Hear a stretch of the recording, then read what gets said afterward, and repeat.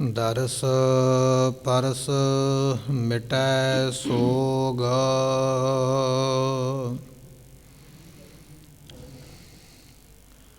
ਜੇ ਜੇ ਤੁਮਰੇ ਧਿਆਨ ਕੋ ਨਿਤ ਉਠ ਧਿਆਏ ਹੈ ਸੰਤ। ਅੰਤ ਲਹੈਂਗੇ ਮੁਕਤ ਫਲ ਪਾਵੈਂਗੇ ਭਗਵੰਤ। ਏਕ ਓੰਕਾਰ ਸਤਿਗੁਰੂ ਤੇ ਪ੍ਰਸਾਦ ਸਚ ਹੋਏ। ਵਾਹਿਗੁਰੂ ਜੀ ਕੀ ਵਿਘਨ ਵਿਨਾਸਨ। ਸ੍ਰੀ ਵਾਹਿਗੁਰੂ ਜੀ ਕੀ ਫਤਿਹ ਹੈ। ਵਿਘਨ ਵਿਨਾਸਨ ਸੋਏ। ਅਬ ਤੂੰ ਵਸਤ ਸੰਭਾਰਨ ਕਰਿਆ ਹੈ। ਰਹੀ ਗਈ ਕੀ ਸੋਝੀ ਧਰਿਆ। ਵਾਹਿਗੁਰੂ ਜੀ ਕਾ ਖਾਲਸਾ ਵਾਹਿਗੁਰੂ ਜੀ ਕੀ ਫਤਿਹ। ਸਤਿਗੁਰਾਂ ਦੀ ਸਾਜੀ ਨਵਾਜੀ ਗੁਰੂ ਕੀ ਸੰਗਤ। ਆਪ ਸੰਗਤਾਂ ਨੇ ਗੁਰੂ ਦਰਬਾਰ ਅੰਦਰ ਬੈਠ ਕੇ ਸਤਿਗੁਰਾਂ ਦੀ ਇਲਾਹੀ ਗੁਰਬਾਣੀ ਦੇ ਕੀਰਤਨ ਦੀਆਂ ਦਾਤਾਂ ਸਰਵਣ ਕੀਤੀਆਂ। ਗੁਰੂ ਤੇਗ ਬਹਾਦਰ ਮਹਾਰਾਜ ਸਾਹਿਬ ਜੀਆਂ ਦਾ ਇਤਿਹਾਸ ਆਪਾਂ ਲੜੀਵਾਰ ਸਰਵਣ ਕਰ ਰਹੇ ਹਾਂ। ਪਿਛਲੇ ਦੀਵਾਨ ਦੇ ਵਿੱਚ ਸਰਵਣ ਕੀਤਾ ਹੈ ਕਿ ਗੁਰੂ ਤੇਗ ਬਹਾਦਰ ਮਹਾਰਾਜ ਜੀਆਂ ਦੇ ਕਹਿਣ ਕਰਕੇ ਮੱਖਣ ਸ਼ਾਹ ਲੁਬਾਣਾ ਸਾਰੇ ਦਾ ਸਾਰਾ ਸਮਾਨ ਧੀਰਮਲ ਦੇ ਘਰੇ ਵਾਪਸ ਮੋੜ ਕੇ ਆਇਆ। ਜਦੋਂ ਇਹ ਕਾਰਜ ਮੱਖਣ ਸ਼ਾਹ ਨੇ ਕੀਤਾ ਹੈ, ਹੁਣ ਧੀਰਮਲ ਕਹਿ ਰਿਹਾ ਮੈਨੂੰ ਸ਼ਰਮ ਆਉਂਦੀ ਹੈ।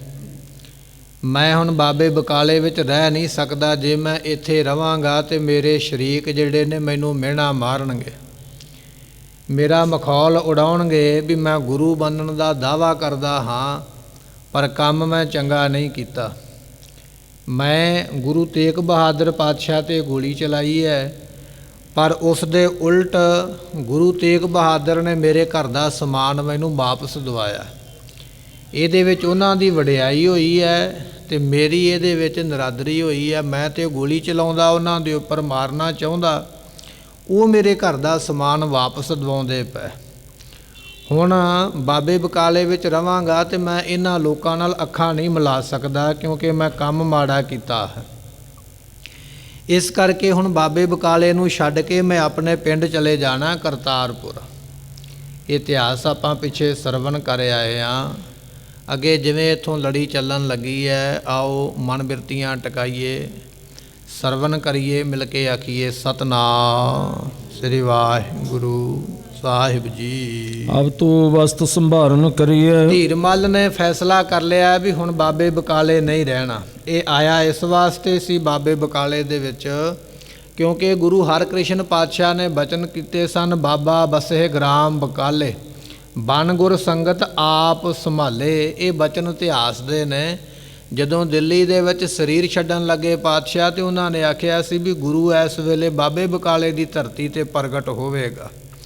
ਇਹ ਗੱਲ ਜਦੋਂ ਧੀਰਮਲ ਨੂੰ ਪਤਾ ਲੱਗੀ ਤੇ ਕਰਤਾਰਪੁਰ ਤੋਂ ਭੱਜ ਕੇ ਇਹ ਵੀ ਬਾਬੇ ਬਕਾਲੇ ਪਹੁੰਚ ਗਿਆ ਵੀ ਮੈਂ ਉੱਥੋਂ ਗੁਰੂ ਬਣ ਕੇ ਪ੍ਰਗਟ ਹੋਵਾਂਗਾ। ਪਰ ਹੁਣ ਗੁਰੂ ਬਣ ਕੇ ਤੇ ਪ੍ਰਗਟ ਨਹੀਂ ਹੋ ਸਕਿਆ। ਆਪਣੀ ਨਰਾਦਰੀ ਵੇਖ ਕੇ ਆਪਣੇ ਬੰਦਿਆਂ ਨੂੰ ਕਹਿ ਰਿਹਾ, ਆਪਣੇ ਨੌਕਰਾਂ ਨੂੰ ਕਹਿ ਰਿਹਾ, ਆਪਣੇ ਜਥੇਦਾਰਾਂ ਨੂੰ ਕਹਿ ਰਿਹਾ ਵੀ ਜਿੰਨਾ ਆਪਾਂ ਆਪਣਾ ਸਮਾਨ ਹੈ ਸਾਰਾ ਬੰਨ੍ਹ ਕੇ ਉਹਨਾਂ ਨੂੰ ਗੱਡਿਆਂ ਦੇ ਉੱਪਰ ਰੱਖੋ ਅਤੇ ਤਿਆਰੀ ਕਰੋ। ਹੁਣ ਆਪਾਂ ਬਾਬੇ ਬਕਾਲੇ ਤੋਂ ਚੱਲਣਾ ਕਰੀਏ। ਰਹੀ ਗਈ ਕੀ ਸੋਝੀ ਧਰਿਆ। ਜਿਹੜਾ ਸਮਾਨ ਰਹਿ ਗਿਆ ਹੈ, ਕਿਉਂਕਿ ਖੁੱਲ੍ਹੇ ਸਮਾਨ ਵਿੱਚ ਪਤਾ ਨਹੀਂ ਵੀ ਕਿੱਥੇ ਕੀ ਪਿਆ, ਸਾਰੇ ਸਮਾਨ ਨੂੰ ਇਕੱਠਾ ਕਰੋ। ਜਿਹੜਾ ਸਮਾਨ ਨਹੀਂ ਆਉਂਦਾ ਗਿਣਤੀ ਵਿੱਚ ਉਹ ਲੱਭੋ ਵੀ ਕਿਹੜਾ ਸਮਾਨ ਹੈ ਆਪਣੇ ਘਰ ਵਿੱਚੋਂ ਜਿਹੜਾ ਕੋਈ ਲੈ ਗਿਆ ਹੈ ਜਾਂ ਕਿਤੇ ਪਿਆ ਹੋਇਆ ਸਾਡੀ ਨਜ਼ਰ ਨਹੀਂ ਆਇਆ। ਸਾਰੇ ਸਮਾਨ ਦੀ ਗਿਣਤੀ ਕਰੋ। ਹੁਣ ਇਸ ਗਿਣਤੀ ਵਿੱਚ ਇਹ ਵੀ ਆ ਜਾਣਾ ਵੀ ਗੁਰੂ ਗ੍ਰੰਥ ਸਾਹਿਬ ਦਾ ਸਰੂਪ ਕਿੱਧਰ ਗਿਆ ਹੈ। ਸੋ ਉਹ ਇਤਿਹਾਸ ਆਪਾਂ ਅੱਗੇ ਬਚਨ ਸਰਵਣ ਕਰ ਲਵਾਂਗੇ। ਆਪਣਿਆਂ ਨੌਕਰਾਂ ਨੂੰ ਕਹਿ ਰਿਹਾ ਵੀ ਸਮਾਨ ਦੀ ਗਿਣਤੀ ਕਰਨਾ ਕਰੋ ਸਭ ਕੇ ਭਾਰ ਲਿਹੋ ਬੰਧਵਾਏ। ਤੇ ਸਾਰੇ ਸਮਾਨ ਦੀਆਂ ਪੰਡਾਂ ਬੰਨ੍ਹ ਲਓ। ਭਾਂਡਿਆਂ ਨੂੰ ਇੱਕ ਜਗ੍ਹਾ ਤੇ ਇਕੱਠਾ ਕਰੋ, ਉਹਨਾਂ ਨੂੰ ਵੱਖ ਗੱਡਿਆਂ ਦੇ ਉੱਪਰ ਰੱਖੋ। ਕੱਪੜੇ ਪਾਉਣ ਵਾਲੇ ਨੇ ਉਹਨਾਂ ਦੀਆਂ ਵੱਖਰੀਆਂ ਪੰਡਾਂ ਬੱਧੀਆਂ ਜਾਣ, ਪੋਟਲੀਆਂ ਬੰਨ੍ਹੀਆਂ ਜਾਣ। ਉੱਪਰ ਲੈਣ ਵਾਸਤੇ ਜਿਹੜੇ ਕੰਬਲ ਵਗੈਰਾ ਖੇਸ ਨੇ ਉਹਨਾਂ ਨੂੰ ਇੱਕ ਪਾਸੇ ਬੰਨ੍ਹਿਆ ਜਾਏ। ਸਾਰੇ ਸਮਾਨ ਦੀ ਪੋਟਲੀਆਂ ਪੰਡਾਂ ਬੰਨ੍ਹ ਕੇ ਤਿਆਰੀ ਕਰੋ। ਡੇਰਾ ਤਿਆਰ ਕਰੋ ਸਮੁਦਾਇ। ਤਿਆਰੀ ਇੰਨੀ ਕਰ ਲਓ ਵੀ ਜਦੋਂ ਆਪਾਂ ਚੱਲਣ ਵਾਸਤੇ ਤੁਰੀਏ ਤੇ ਆਪਾਂ ਨੂੰ ਰੁਕਣਾ ਨਾ ਪਵੇ। ਝਾਟੀ ਬਸ ਗੱਡਿਆਂ ਦੇ ਅੱਗੇ ਕੱਲੇ ਬੈਲ ਹੀ ਜੋੜਨੇ ਪੈਣ। ਗੱਡੇ ਪਹਿਲਾਂ ਹੀ ਸਮਾਨ ਦੇ ਨਾਲ ਚੰਗੀ ਤਰ੍ਹਾਂ ਲੱਦ ਲੈਣਾ ਕਰੋ। ਆਪਣੇ ਨਗਰ ਵਿਖੇ ਨਿਤ ਰਹਿ। ਆਪਾਂ ਆਪਣੇ ਪਿੰਡ ਹੀ ਰਵਾਂਗੇ। ਪਿੰਡ ਕਿਹੜਾ ਹੈ ਜੀ? ਕਰਤਾਰਪੁਰ, ਜਿਹੜਾ ਜਲੰਧਰ ਸ਼ਹਿਰ ਹੈ ਇਹਦੇ ਨੇੜੇ ਇੱਕ ਵਸਿਆ ਹੋਇਆ ਪਿੰਡ, ਜਿਹੜਾ ਅੱਜ ਭਾਵੇਂ ਸ਼ਹਿਰ ਹੀ ਬਣ ਗਿਆ, ਇਹ ਕਰਤਾਰਪੁਰ, ਉੱਥੇ ਜਾਣਾ ਚਾਹੁੰਦੇ ਹਨ।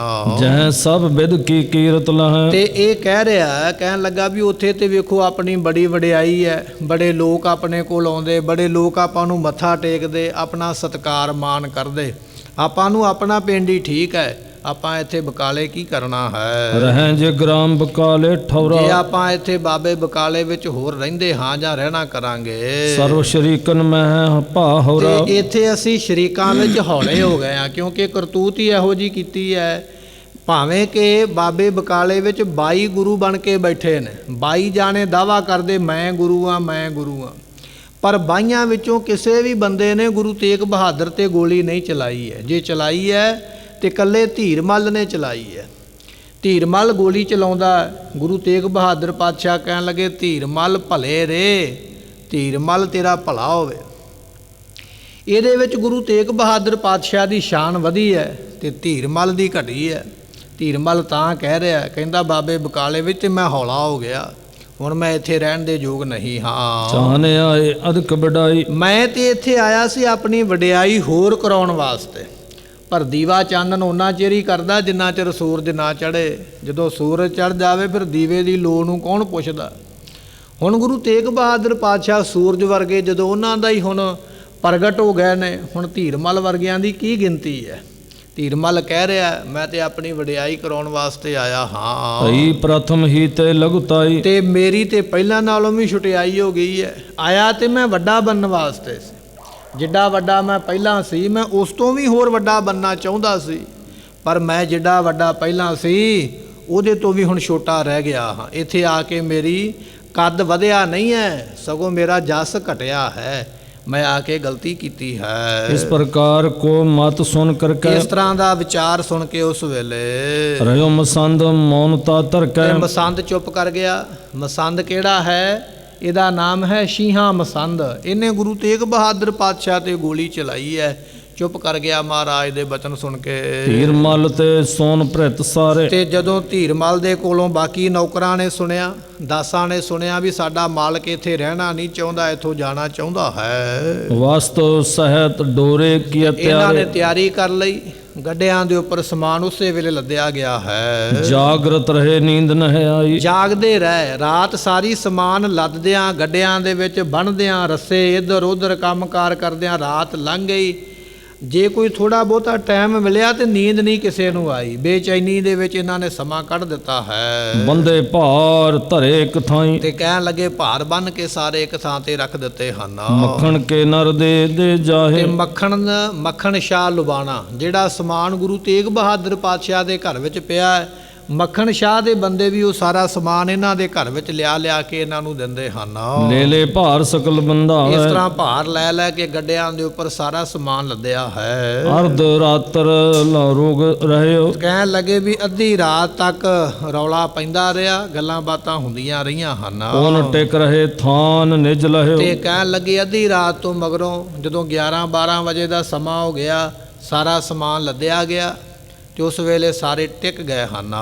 ਮੱਖਣ ਆਪਣੇ ਜਨ ਸਭ ਲੀਨੇ। ਤੇ ਕਹਿਣ ਲੱਗੇ ਮੱਖਣ ਸ਼ਾਹ ਲੁਬਾਣੇ ਨੇ ਆਪਣੇ ਬੰਦੇ ਲੈ ਨਾਲ, ਆਪਣੇ ਨੌਕਰ ਉਸ ਵੇਲੇ ਨਾਲ ਲੈ ਕੇ ਸਿਵਰ ਜਾਏ ਸੇਜਾ ਸੁਖ ਭੀਨੇ। ਆਪਣੇ ਘਰ ਨੂੰ ਚਲਾ ਗਿਆ। ਆਪਣਾ ਜਿੱਥੇ ਉਹਨੇ ਤੰਬੂ ਲਾਇਆ ਸੀ, ਜਿੱਥੇ ਡੇਰਾ ਰੱਖਿਆ ਸੀ, ਉੱਥੇ ਜਾ ਕੇ ਮੱਖਣ ਸ਼ਾਹ ਵੀ ਆਪਣੇ ਪਲੰਘੇ ਤੇ ਸੌਂ ਗਿਆ ਹੈ। ਨਿਜ ਗੁਰ ਕੋ ਬਦਲਾ ਲੈ ਗਇਓ। ਕਹਿਣ ਲੱਗੇ ਵੀ ਆਪਣੇ ਗੁਰੂ ਦਾ ਬਦਲਾ ਲੈ ਕੇ ਤੇ ਇਸ ਤਰ੍ਹਾਂ ਗਿਆ ਹੈ। ਤੌਰ ਦੇ ਮੈਂ ਅਨਪਟ ਭਇਓ। ਤੇ ਤੇ ਤਾਂ ਵੀ ਕਹਿੰਦੇ ਵੀ ਹਿਰਦੇ ਦੇ ਵਿੱਚ ਘਬਰਾਇਆ ਹੋਇਆ ਹੈ। ਬਦਲਾ ਤੇ ਗੁਰੂ ਦਾ ਲੈ ਲਿਆ ਮੱਖਣ ਸ਼ਾਹ ਨੇ, ਪਰ ਬਦਲਾ ਲੈਣ ਤੋਂ ਮਗਰੋਂ ਵੀ ਘਬਰਾਇਆ ਹੋਇਆ। ਕਾਰਨ ਕੀ ਹੈ?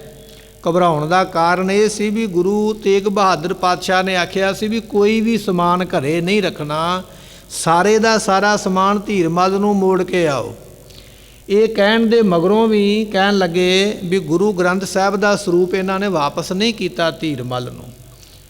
ਹੁਣ ਭਾਵੇਂ ਗੁਰੂ ਤੇਗ ਬਹਾਦਰ ਪਾਤਸ਼ਾਹ ਨੂੰ ਦੱਸਿਆ ਨਹੀਂ, ਪਰ ਮਨ ਦੇ ਵਿੱਚ ਉਹ ਹਾਲੇ ਵੀ ਘਬਰਾਇਆ ਹੋਇਆ ਵੀ ਜੇ ਮਹਾਰਾਜ ਨੂੰ ਪਤਾ ਲੱਗ ਗਿਆ ਤੇ ਪਤਾ ਨਹੀਂ ਮਹਾਰਾਜ ਮੈਨੂੰ ਕੀ ਕਹਿਣਗੇ, ਘਬਰਾਇਆ ਹੋਇਆ ਹੈ। ਗੁਰ ਸੁਸ਼ੀਲਤਾ ਅਦਕ ਵਿਚਾਰ, ਤੇ ਗੁਰੂ ਪਾਤਸ਼ਾਹ ਜੀਆਂ ਦਾ ਸੁਸ਼ੀਲ ਸੁਭਾਅ ਆਪਣੇ ਮਨ ਵਿੱਚ ਵਿਚਾਰਦਾ ਹੈ। ਅਪਰ ਕੌਣ ਇਮ ਸ਼ਿਮਾ ਸੁਧਾਰਤ, ਤੇ ਮਨ ਵਿੱਚ ਸੋਚਦਾ ਗੁਰੂ ਤੇਗ ਬਹਾਦਰ ਵਾਂਗ ਕੋਈ ਮਾਫ ਨਹੀਂ ਕਰ ਸਕਦਾ। ਜਿਵੇਂ ਇਹ ਮਾਫ ਕਰ ਸਕਦੇ ਨੇ, ਇਸ ਵੇਲੇ ਦੁਨੀਆ ਤੇ ਕੋਈ ਬੰਦਾ ਇਹਨਾਂ ਵਰਗੀ ਮਾਫੀ ਨਹੀਂ ਦੇ ਸਕਦਾ ਹੈ। ਤਿਨਹੁ ਕੀਨ ਦੀਰਘ ਅਪਰਾਧੂ, ਵੇਖੋ ਇੱਕ ਪਾਸੇ ਧੀਰਮਲ ਪਾਪ ਕਰਦਾ ਬਿਨਾਂ ਕਿਸੇ ਦੋਸ਼ ਤੋਂ, ਬਿਨਾਂ ਕਿਸੇ ਕਸੂਰ ਤੋਂ। ਗੁਰੂ ਤੇਗ ਬਹਾਦਰ ਰਾਹ ਲੰਘਦੇ ਪਏ ਨੇ ਤੇ ਉਹਨਾਂ ਦੇ ਉੱਪਰ ਗੋਲੀ ਚਲਾਉਂਦਾ, ਤੇ ਦੂਜੇ ਪਾਸੇ ਗੁਰੂ ਤੇਗ ਬਹਾਦਰ ਪਾਤਸ਼ਾਹ ਕੁਝ ਵੀ ਨਹੀਂ ਕਹਿੰਦੇ, ਸਗੋਂ ਇਹ ਕਹਿੰਦੇ ਤੇਰਾ ਭਲਾ ਹੋਵੇ। ਹੁਣ ਮੱਖਣ ਸ਼ਾਹ ਸੋਚਦਾ ਮਹਾਰਾਜ ਜੀਆਂ ਦਾ ਕੈਸਾ ਸੁਭਾਅ ਹੈ, ਇਹ ਕੈਸੇ ਵਰਤੈ ਵੱਡ ਸਾਧੂ, ਇਹ ਐਡਾ ਵੱਡਾ ਸਾਧੂ ਹੈ, ਇਹ ਕਿਵੇਂ ਗਾਂ ਵਰਤਣਗੇ। ਹੁਣ ਮੱਖਣ ਸ਼ਾਹ ਦੇ ਮਨ ਵਿੱਚ ਵੀ ਇਹ ਗੱਲ ਆ ਗਈ ਹੈ ਵੀ ਦੁਨੀਆ ਸਿੱਧੇ ਬੰਦੇ ਨੂੰ ਜਿਉਣ ਕੋਈ ਨਹੀਂ ਦਿੰਦੀ ਹੈ। ਇਹ ਤੇ ਬਿਲਕੁਲ ਨਿਰਛਲ ਨੇ, ਕੋਈ ਇਹਨਾਂ ਵਿੱਚ ਛਲ ਨਹੀਂ, ਕੋਈ ਕਪਟ ਨਹੀਂ। ਇਹੋ ਜਿਹੇ ਸਾਧੂ ਕਿਸ ਤਰ੍ਹਾਂ ਸੰਸਾਰ ਵਿੱਚ ਸਮਾਂ ਕੱਢਣਗੇ। ਨਿਜ ਧਨ ਵਸਤੂ ਤਿਸਕੀ ਦਬੀ, ਤੇ ਕਹਿਣ ਲੱਗੇ ਆਪਣਾ ਧਨ ਤੇ ਆਪਣੀ ਜਿਹੜੀ ਵਸਤੂ ਦੱਬੀ ਹੋਈ ਹੈ, ਨਹੀਂ ਵਿਕਰਤਾ ਬੁੱਧ ਕੀ ਭਈ, ਤੇ ਕਹਿਣ ਲੱਗੇ ਵੀ ਬੁੱਧੀ ਵਿੱਚ ਵਿਗਾੜ ਕੋਈ ਹੋਇਆ ਹੀ ਨਹੀਂ ਹੈ। ਲੋਕੀ ਘਰੇ ਆਇਆ ਸਮਾਨ ਵਾਪਸ ਨਹੀਂ ਕਰਦੇ, ਇਹਨਾਂ ਨੇ ਘਰੇ ਆਇਆ ਸਮਾਨ ਵਾਪਸ ਮੋੜਿਆ ਤੇ ਸਮਾਧੀ ਉਸੇ ਤਰ੍ਹਾਂ ਹੀ ਲੱਗੀ ਆ, ਕੋਈ ਫਰਕ ਨਹੀਂ ਪਿਆ ਹੈ। ਧੀਰਜ ਉਰਮੈ ਰਹਿ ਸਾਰਾ, ਤੇ ਇੱਕ ਸਮੇਂ ਇੱਕ ਵਰਗਾ ਧੀਰਜ ਇਹਨਾਂ ਦੇ ਹਿਰਦੇ ਵਿੱਚ ਰਹਿੰਦਾ। ਇਹ ਗੁਣ ਨੇ ਗੁਰੂ ਤੇਗ ਬਹਾਦਰ ਪਾਤਸ਼ਾਹ ਦੇ, ਜਿਹੜੇ ਮੱਖਣ ਸ਼ਾਹ ਵਿਚਾਰਦਾ ਪਿਆ ਵੀ ਮੇਰੇ ਸਤਿਗੁਰੂ ਦਾ ਜੀਵਨ ਇੱਕੋ ਵਰਗਾ ਰਹਿੰਦਾ ਹੈ। ਨਾ ਕੋਈ ਅਪਰਾਧ ਵਿਚਾਰਾ, ਤੇ ਕੋਈ ਨਹੀਂ ਅਪਰਾਧ ਵਿਚਾਰਿਆ। ਇਹ ਨਹੀਂ ਵੇਖਿਆ ਵੀ ਮੇਰੇ ਭਤੀਜੇ ਨੇ ਮੇਰੇ ਤੇ ਗੋਲੀ ਚਲਾਈ ਹੈ, ਮੇਰੇ ਸ਼ਰੀਕ ਨੇ ਮੇਰੇ ਤੇ ਵਾਅਦਾ ਕੀਤਾ, ਨਹੀਂ, ਸਭ ਕੁਝ ਭੁਲਾ ਕੇ ਸਭ ਕੁਝ ਹੀ ਦੇ ਦਿੱਤਾ ਹੈ। ਇਤਿਆਦ ਗੁਣ ਸਹਿਤ ਵਿਵੇਕ, ਇਤਿਆਦ ਕਈ ਗੁਣ ਨੇ ਗੁਰੂ ਤੇਗ ਬਹਾਦਰ ਪਾਤਸ਼ਾਹ ਜੀਆਂ ਦੇ ਵਿੱਚ। ਮੱਖਣ ਚਿਤਵਤ ਹਿਰਦੇ ਅਨੇਕ, ਤੇ ਮੱਖਣ ਸ਼ਾਹ ਆਪਣੇ ਘਰ ਵਿੱਚ ਆਪਣੇ ਤੰਬੂ ਵਿੱਚ ਬੈਠਾ ਹੋਇਆ, ਆਪਣੇ ਪਲੰਘੇ ਦੇ ਉੱਪਰ ਲੰਮੇ ਪਿਆ ਹੋਇਆ, ਐਸੇ ਗੁਣ ਮਹਾਰਾਜ ਦੇ ਯਾਦ ਕਰਦਾ ਹੈ। ਭਇਓ ਨੀਂਦ ਵਸ ਮੁੰਦ੍ਰਿਤ ਨੈਣ, ਤੇ ਕਹਿਣ ਲੱਗੇ ਲੰਮੇ ਪੈ ਨੂੰ ਨੀਂਦ ਆ ਗਈ, ਨੇਤਰ ਬੰਦ ਹੋ ਗਿਆ ਤੇ ਉਸ ਵੇਲੇ ਫਿਰ ਨਿੰਦਰਾ ਦੇ ਵਿੱਚ ਚਲਾ ਗਿਆ ਹੈ। ਨਿਜ ਘਰ ਪੌੜੇ ਗੁਰ ਸੁਖ ਚੈਨ, ਇਧਰੋਂ ਗੁਰੂ ਤੇਗ ਬਹਾਦਰ ਪਾਤਸ਼ਾਹ ਵੀ ਆਪਣੇ ਘਰ ਦੇ ਵਿੱਚ ਬਾਬਾ ਬਕਾਲਾ ਸਾਹਿਬ ਦੀ ਧਰਤੀ ਤੇ ਪਲੰਘੇ ਤੇ ਪਏ ਹੋਏ ਆਰਾਮ ਕਰਦੇ ਪਏ ਹਨ। ਅੱਧੀ ਰਾਤ ਢਰੀ ਜਵਿਆ, ਜਦੋਂ ਅੱਧੀ ਰਾਤ ਲੰਘ ਗਈ ਹੈ, ਢਲ ਗਈ ਹੈ ਰਾਤ, ਭਾਵ ਕਿ ਤੜਕੇ ਦਾ ਸਮਾਂ ਕੋਈ 2-2:30 ਵਜੇ ਦਾ ਸਮਾਂ ਜਿਸ ਵੇਲੇ ਹੋਇਆ ਹੈ। ਲੋਕ ਗਏ ਟਿਕ ਨਿਜ ਨਿਜ ਥਾਇ, ਸਾਰੇ ਲੋਕ ਬਾਬੇ ਬਕਾਲੇ ਦੇ ਆਪੋ ਆਪਣੇ ਘਰਾਂ ਵਿੱਚ ਸੌਂ ਗਏ, ਜਾਂ ਜਿਹੜੀਆਂ ਸੰਗਤਾਂ ਦੂਰੋਂ ਆਈਆਂ ਸਨ ਉਹ ਵੀ ਆਪੋ ਆਪਣੇ ਤੰਬੂਆਂ ਦੇ ਵਿੱਚ ਤੰਬੂ ਲਾ ਕੇ ਸੌਂ ਗਏ ਹਨ। ਆਦ ਮਸੰਦ ਅਪਰ ਮੁਖ ਮਨ, ਤੇ ਜਿਹੜੇ ਮਸੰਦ ਜਾਂ ਹੋਰ ਜਿਹੜੇ ਮੁਖੀ ਮਨੁੱਖ ਗੁਰੂ ਘਰ ਦੇ ਕੰਮ ਕਰਦੇ ਸਨ, ਧੀਰਮਲ ਸੋਕੀਨ ਬਖਾਨ, ਉਹਨਾਂ ਨੇ ਧੀਰਮਲ ਨੂੰ ਇਸ ਤਰ੍ਹਾਂ ਆਖਿਆ। ਹੁਣ ਸਾਰੇ ਲੋਕ ਸੌਂ ਗਏ ਬਾਬੇ ਬਕਾਲੇ ਦੇ ਵਿੱਚ, ਇੱਥੋਂ ਦੇ ਰਹਿਣ ਵਾਲੇ ਵੀ, ਜਿਹੜੀਆਂ ਸੰਗਤਾਂ ਬਾਹਰੋਂ ਆਈਆਂ ਉਹ ਵੀ ਸੌਂ ਗਈਆਂ। ਮੱਖਣ ਸ਼ਾਹ ਵੀ ਆਪਣੇ ਤੰਬੂ ਵਿੱਚ ਸੁੱਤਾ ਹੋਇਆ, ਗੁਰੂ ਤੇਗ ਬਹਾਦਰ ਪਾਤਸ਼ਾਹ ਵੀ ਆਪਣੇ ਘਰ ਵਿੱਚ ਆਰਾਮ ਕਰਦੇ ਪਏ।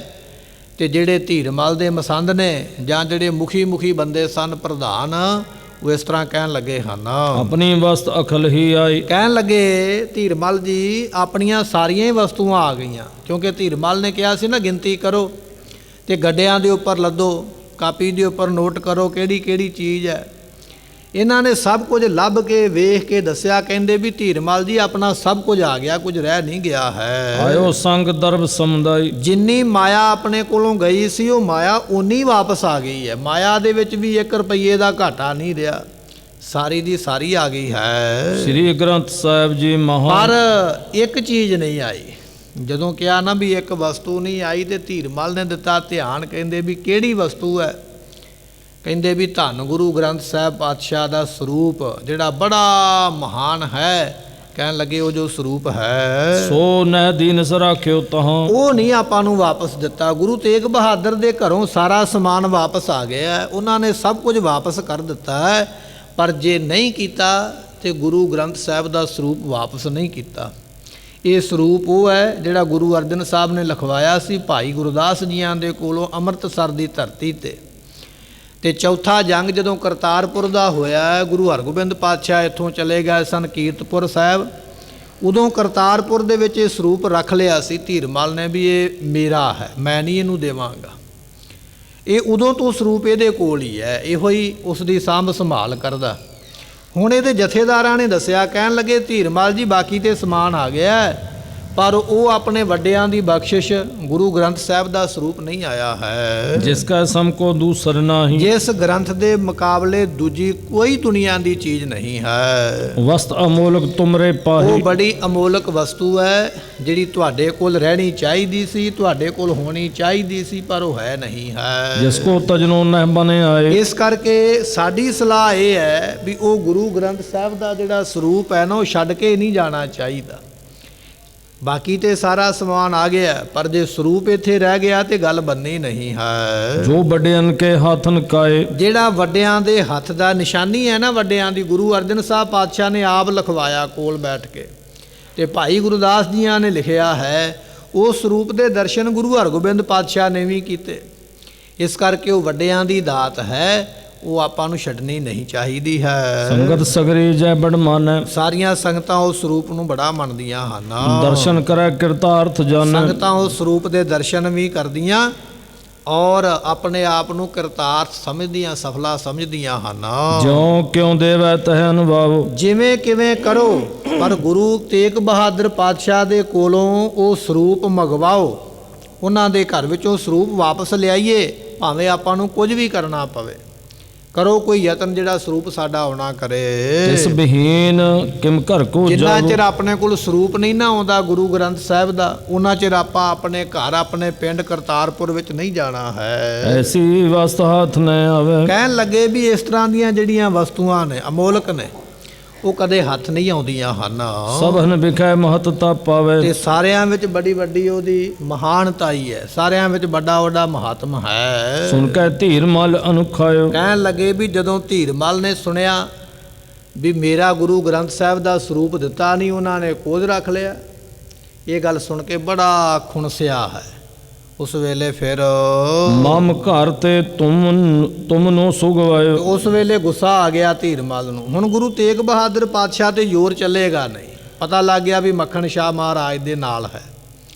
ਹੁਣ ਧੀਰਮਲ ਦਾ ਜ਼ੋਰ ਚੱਲਿਆ ਆਪਣੇ ਜਥੇਦਾਰ ਤੇ, ਜਿਹੜਾ ਇਹਨੂੰ ਕਹਿ ਕੇ ਲੈ ਕੇ ਆਇਆ ਸੀ। ਕਹਿਣ ਲੱਗਾ ਮੇਰੇ ਘਰ ਵਿੱਚੋਂ ਸਰੂਪ ਗਵਾਇਆ ਹੈ ਤੇ ਤੂੰ ਗਵਾਇਆ, ਨਾ ਤੂੰ ਕਹਿੰਦਾ ਮੈਨੂੰ ਇੱਥੇ ਆਉਣ ਵਾਸਤੇ, ਨਾ ਮੈਂ ਆਉਂਦਾ, ਨਾ ਮੈਂ ਸਰੂਪ ਲੈ ਕੇ ਆਉਂਦਾ, ਤੇ ਨਾ ਮੇਰਾ ਕੋਈ ਸਰੂਪ ਚੁੱਕ ਕੇ ਲੈ ਕੇ ਜਾਂਦਾ।